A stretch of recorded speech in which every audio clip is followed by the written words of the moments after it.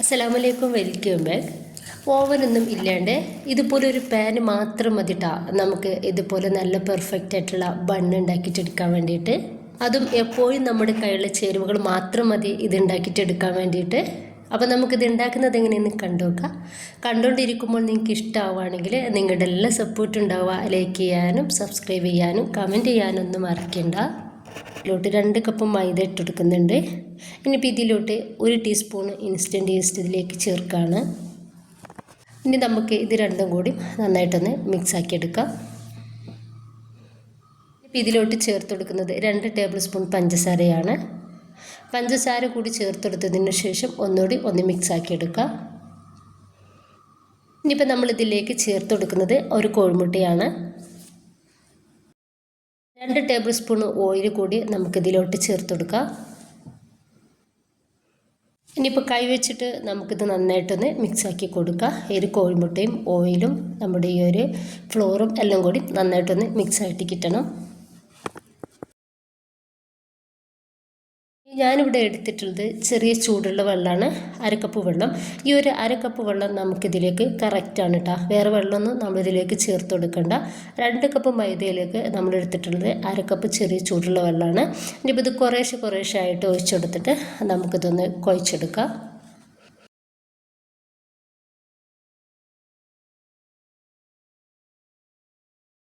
ഒരു 5 മിനിറ്റെങ്കിലും നമുക്കിത് നന്നായിട്ടൊന്ന് കുഴച്ചെടുക്കണം.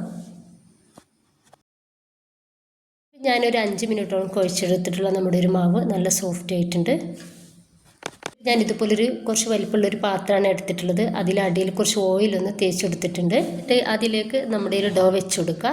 എന്നിട്ട് മൂടി വെച്ചിട്ട് 1 മണിക്കൂർ നമ്മൾ റെസ്റ്റ് ചെയ്യാൻ വേണ്ടിയിട്ട് മാറ്റി വെക്കണം. ഈ ഈസ്റ്റ് ഒന്ന് വറുക്കാൻ വേണ്ടിയിട്ടാണ്. അപ്പോൾ ഇതാ കറക്റ്റ് 1 മണിക്കൂറായ സമയത്ത് നമ്മുടെ ഈസ്റ്റൊക്കെ നന്നായിട്ട് വർക്കായിട്ട് നമ്മുടെ ഒരു മാവ് ഡബിളായിട്ട് പൊങ്ങി വന്നിട്ടുണ്ട്. ഞാനിത് ഈ ഒരു പാത്രത്തിൽ വെച്ചിട്ട് തന്നെ ഇതൊന്ന് കട്ട് ചെയ്യുന്നുണ്ട്.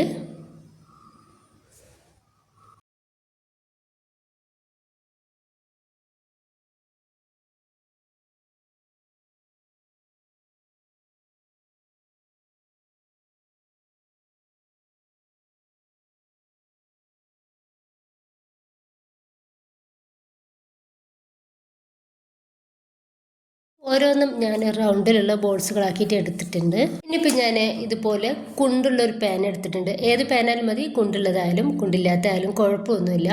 ഇനിയിപ്പോൾ അതിലേക്ക് ഇതുപോലെ ഒരു ബട്ടർ പേപ്പർ എടുത്തിട്ടുണ്ട്. അടിയിൽ കുറച്ച് ഓയിൽ ഇതുപോലെ ഒന്ന് തേച്ചെടുക്കുകയാണ്. എന്നിട്ട് അതിൻ്റെ മേലേക്ക് ഈ ഒരു ബട്ടർ പേപ്പർ വെച്ച് കൊടുത്തിട്ട് ആ ഒരു ബട്ടർ പേപ്പറിൻ്റെ മേലെയും കുറച്ച് ഓയിൽ ഇതുപോലെ തേച്ചെടുക്കുന്നുണ്ട്. എന്നിട്ട് നമ്മൾ റെഡിയാക്കി വെച്ചിട്ടുള്ള ആ ഓരോ ബോൾസും നമുക്കിതിലേക്ക് വെച്ചെടുക്കാം. ഇനി ബട്ടർ പേപ്പർ ഇല്ലെങ്കിലും കുഴപ്പമൊന്നുമില്ല. കുറച്ച് ഓയിൽ തേച്ചെടുത്തിട്ട് ഡയറക്റ്റ് ആയിട്ട് തന്നെ നമുക്ക് ബോൾസുകളൊക്കെ വെച്ച് കൊടുക്കാവുന്നതാണ്.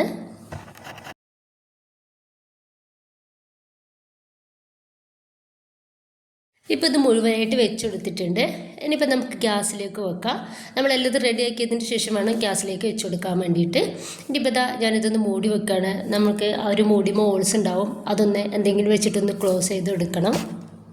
കറക്റ്റ് ഒരു 20 മിനിറ്റാണ് നമ്മളിതൊന്ന് റെഡിയാക്കി എടുക്കാൻ വേണ്ടിയിട്ട് എടുക്കേണ്ടത്. ഒരു 10 മിനിറ്റ് ഇതുപോലെ വെച്ചെടുക്കുക. അടിഭാഗം ഒന്ന് വേവായാൽ അതൊന്ന് മറിച്ചിട്ട് കൊടുത്തിട്ട് ഒരു 10 മിനിറ്റ് കൂടി വയ്ക്കാവുന്നതാണ്. അപ്പോൾ ഒരു 10 മിനിറ്റോളം ആയിട്ടുണ്ട്. അപ്പോൾ ഞാനിതൊന്ന് തുറന്നിട്ട് ഇത് വേറൊരു പാനിലേക്ക് ഇതൊന്ന് ഇട്ടെടുക്കുന്നുണ്ട്. അതിലും ഇതുപോലെ കുറച്ച് ഓയിൽ തേച്ചെടുക്കാൻ വേണ്ടിയിട്ട് മറക്കണ്ട. ഇപ്പം ഞാനിതൊന്ന് മറിച്ചിട്ടെടുത്തിട്ടുണ്ട്.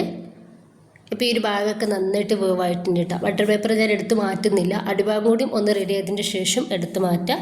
ഇവിടെയും നമുക്ക് ഒരു 10 മിനിറ്റ് ഏറ്റവും ലോ ഫ്ലെയിമിൽ ഇട്ടിട്ട് റെഡിയാക്കി എടുക്കാം. കറക്റ്റ് 10 മിനിറ്റ് ആയ സമയത്ത് ഞാൻ ഗ്യാസ് ഓഫ് ചെയ്ത് കൊടുത്തിട്ടുണ്ട്. ഇനിയിപ്പോൾ നമുക്ക് ആ ഒരു ബട്ടർ പേപ്പർ ഒന്നെടുത്ത് മാറ്റി കൊടുക്കാം.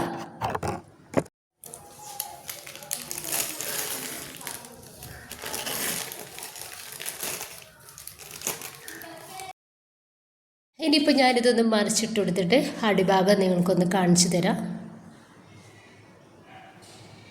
ഇപ്പോൾ ഇതാ കറക്റ്റ് നമുക്ക് അടിഭാഗവും മേൽഭാഗമൊക്കെ ഒരേ രീതിയിൽ തന്നെ വേവായിട്ട് റെഡിയായിട്ട് കിട്ടിയിട്ടുണ്ട്. അപ്പോൾ ബണ്ണ് വെച്ചിട്ട് നമുക്ക് ഒരുപാട് ഐറ്റംസ് ഉണ്ടാക്കിയിട്ടെടുക്കാൻ വേണ്ടിയിട്ട് പറ്റും. അപ്പോൾ നമ്മൾ ബണ്ണ് പുറത്തുനിന്ന് വാങ്ങിക്കണ്ട, വീട്ടിൽ വെച്ചിട്ട് നമുക്ക് ഈസി ആയിട്ട് ഉണ്ടാക്കിയിട്ട് എടുക്കാവുന്നതേ ഉള്ളൂ. ഇനിയിപ്പോൾ ഞാൻ ഇതൊന്ന് മുറിച്ചിട്ട് നിങ്ങൾക്ക് ഉൾഭാഗം ഒന്ന് കാണിച്ചു തരാം. അപ്പോൾ ഇതിൻ്റെ ഉൾഭാഗമൊക്കെ കറക്റ്റായിട്ട് തന്നെ നന്നായിട്ട് തന്നെ നല്ല സോഫ്റ്റായിട്ട് നമുക്ക് കിട്ടിയിട്ടുണ്ട്. അപ്പോൾ ഇത്രയേ ഉള്ളൂ. എല്ലാവരും ഒന്ന് ഉണ്ടാക്കി നോക്കുക. തീർച്ചയായിട്ടും നിങ്ങളുടെ അഭിപ്രായം കമൻ്റായിട്ട് അറിയിക്കുക. ഇൻഷാ അല്ലാഹ്. ഓക്കെ.